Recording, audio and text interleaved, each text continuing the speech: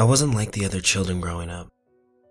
I didn't like talking to those smelly things in kindergarten, and I never participated in their silly games.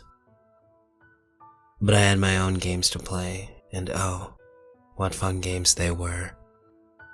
For example, a little girl once asked me to borrow my crayons.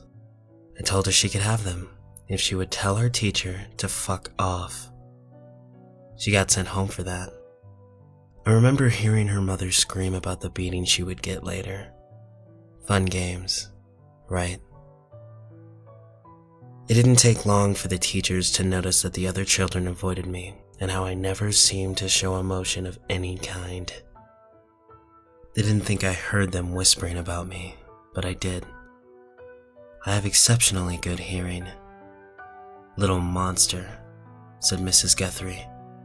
"Sociopath," whispered Mr. DePascal. Even at my young age, I had an extensive vocabulary. I had never heard of the word sociopath before, and I was intrigued. When I got home that night, I looked it up in my mother's encyclopedia. Sociopath. A personality disorder characterized by a lack of empathy for others. I would have to agree with you, Mr. DePascal.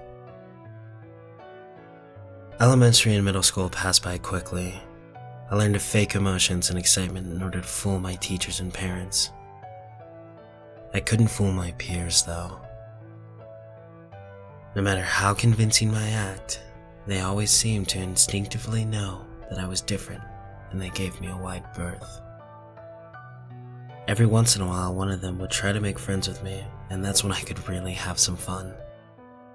But despite how I treated those around me, I didn't hate any of them. It wasn't until high school that someone finally managed to piss me off. That someone was Travis Murphy. The Murphy family moved into my neighborhood before the start of 10th grade. They had 2 children, a son, Travis, and his sister, Marion. I was looking forward to the inevitable time when my parents invited them over. Neither Travis nor Marion had ever met me, and so they had no way of knowing of my sociopathic tendencies. They would amuse me quite a bit. But this time it would be I who was blindsided. Marion started out easily enough, displaying the normal interest and kindness by those who don't yet know me. After some time, however, I realized that she thought I was handsome and was even starting to develop a crush on me. No girl had ever done this before, and it was an entirely new experience for me. Fascinated, I decided to spare Marion from my games for a while longer and keep her around. So I continued to fake smiles and feign interest into what she had to say. Travis was an entirely different story. He seemed to have as little interest in me as I had in anyone else. I couldn't play my games with him. He was completely uncaring. It angered me for the first time in my life. Over the years, I had come to realize that I was special, far more important than these insects surrounding me. Why else would they be drawn to me, even as they know how alien I am to them? For one of these insects to dare ignore me, for the first time in my life, I made the first move. I tried making small talk with Travis. I feigned emotion and interest in his life and did everything I could to make him interested in me. Nothing. I was furious at first over his lack of interest, but over the years, I came to realize that he was like me, a sociopath, completely devoid of caring for others. Instead of alleviating my frustration, this only increased it. I was special, unique. But now there was another one like me. If I wasn't unique, could I still be special? Or was I ordinary? Just another insect. No, I refused to be ordinary. One may as well be dead. And so that's what I endeavored to do from that day forth. I would make Travis ordinary, I would kill him. Fueled by passion as I was, I waited. High school passed and college started. Trifles. I learned new ways to express myself through sex with Marion. I learned the value of pain and how to make her big for it. It was all very fascinating at first, but like everything else, it eventually lost its intrigue. My focus shifted away from Marion and back to Travis. I was fully ready to kill him, but cautious. I wasn't naive enough to think the insects would let me get away with it if they knew I murdered him, and I wanted to avoid prison at all costs. I fear nothing except boredom, and that is what prison is. Endless boredom. I couldn't act impulsively. I had to be calculating and crafty. As long as I was taking my time, I figured I may as well have some fun. My first chance to toy with my prey came about my second semester in college. Travis and his family were leaving for a week to visit a relative or some such bullshit, and they were leaving their dog behind. They paid a neighbor to check in on him 3 times a day, giving him food and taking him outside. I watched this for 2 days, learning what the schedule was before making a plan. The night before the Murphys returned, I crept into the house after the neighbor fed the dog for the last time. Marion had given me the security code to shut off the burglar alarm so I could sneak in for sex. Wearing gloves and a mask, I entered the house, unseen by the sleeping neighbors. The dog knew me by scent and didn't bark. He bounded to me, tail wagging and tongue hanging stupidly out of his mouth. I worked quickly, taking his head in my hands and crushing it, driving my thumbs deep into the eye sockets and feeling the dog's skull fracture in my palms. He let out only a quick whimper before falling silent forever. Good boy.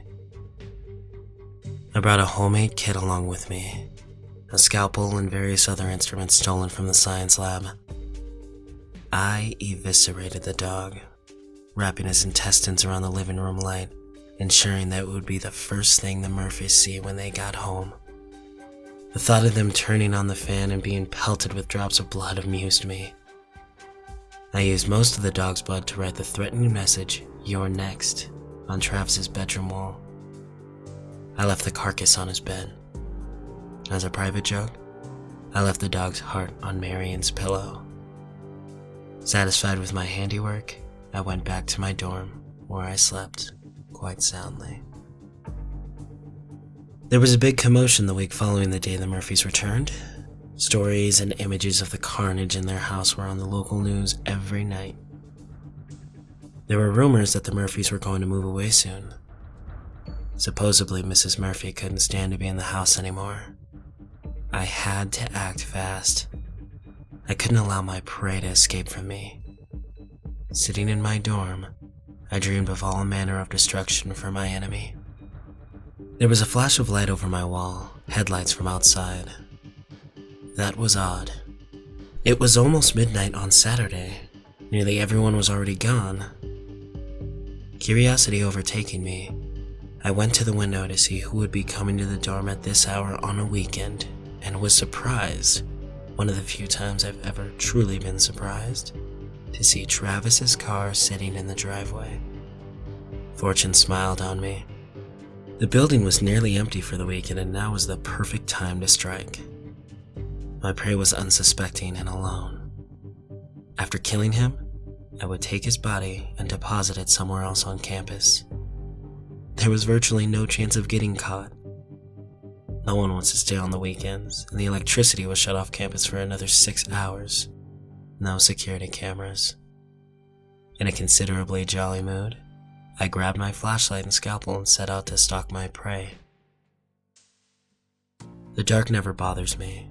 Having very little emotion, my rational mind tends to dominate, and the rational part of human beings know that nothing is waiting for us in the dark.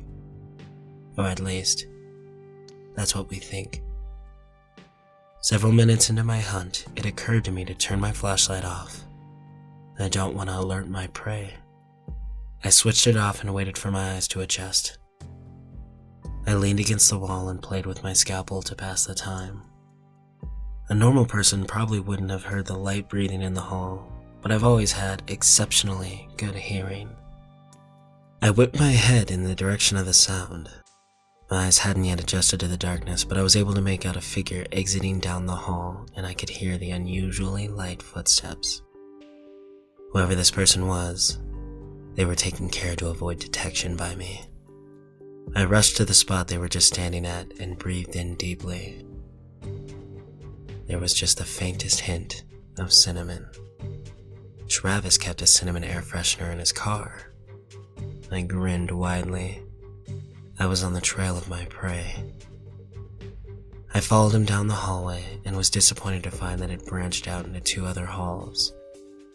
I again tried smelling each hall to figure out which one Travis took when I heard a brief commotion to the right. I hesitated. Would Travis make that much noise if he was trying to get away from me? After a moment, I took a chance and headed in the direction of the noise. After a minute or so, I stopped. Ahead of me, there was someone lying on the floor. Approaching carefully, I realized the body was lying in a pool of blood. I touched it. Still warm. I rolled the body over to see who it was. Mr. Chauncey, the night custodian. I hadn't realized that Travis was capable of killing someone. In my hatred for him, I had forgotten that he was just like me, just as cold and unfeeling. He was more than able to do everything I could. I froze. There was light breathing in front of me again, but I couldn't see its source. For the first time in my life, I felt fear. I no longer felt like the hunter stalking his prey. I felt hunted. My rational mind was overcome by emotion, and I fled back to my dorm room in terror. I barricaded the door and waited, scalpel in hand, for Travis to come for me. After several hours, I started to resent myself for feeling this way. He was only a man, however extraordinary. The fact that he had actually frightened me fueled my hatred for him, and I left to search. Mr. Chauncey's body was gone, the pool of blood cleaned up. The hints of cinnamon in the air had long since dispersed. I left the building to wait in Travis's car for him, only to find that it was gone too. Fury taking hold of me, I started in the direction of his house. I clenched my scalpel tightly, relishing in the fantasies of what I was going to do to him. I should have been paying more attention, because I never even heard him creep up and was too slow to avoid the baseball bat swinging through the air for me. It connected with my wrist and I felt the bone snap. I dropped the scalpel and lunged for it with my good hand, but a boot kicked it away. Looking up, I saw Travis grinning down at me. He brought the bat down again and again. I thought he'd never stop, but he did. Lying there on the sidewalk, broken and bloody, I waited for death to come. Instead of the Reaper's skull, it was Travis's face grinning down at me. Even though I was helpless before him, I still burned with rage. He leaned in close to smell my bleeding face and whispered in my ear, "We're going to have such fun together."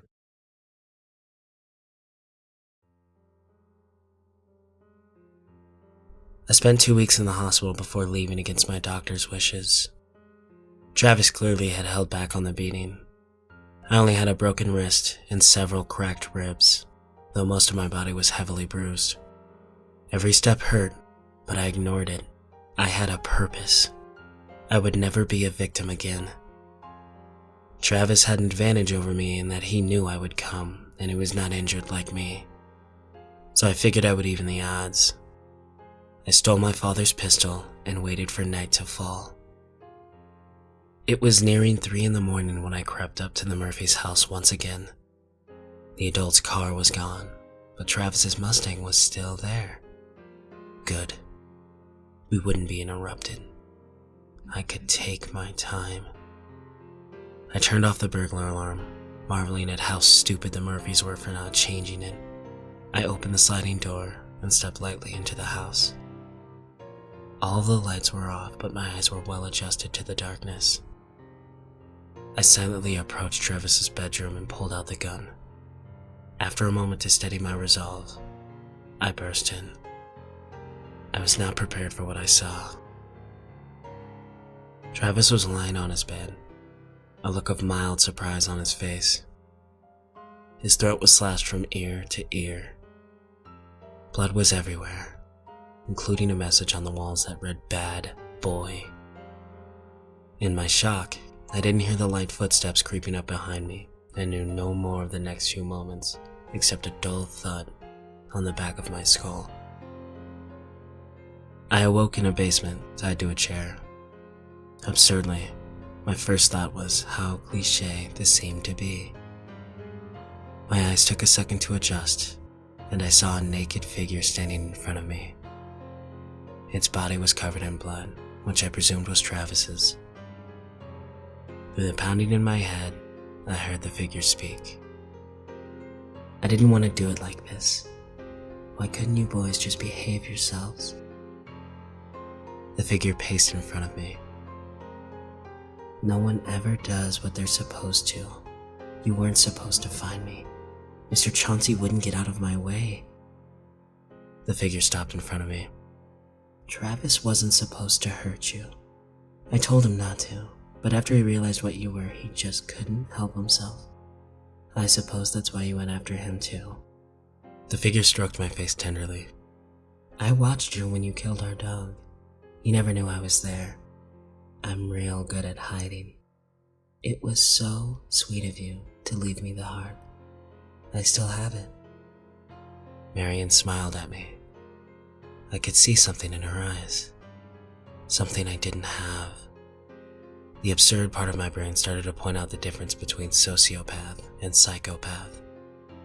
We have the silliest thoughts at the silliest times, don't we? "I didn't want things to work out this way, but it's okay. We'll make it work. I'll kill my parents when they come home, and we'll go far away to someplace beautiful where we can be together forever." I thought about feigning emotion and manipulating her into letting me go, but I knew, when I looked into her face, that it was useless. She didn't care about my situation, only hers.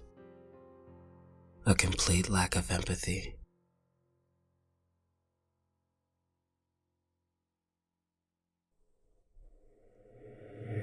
You're not afraid?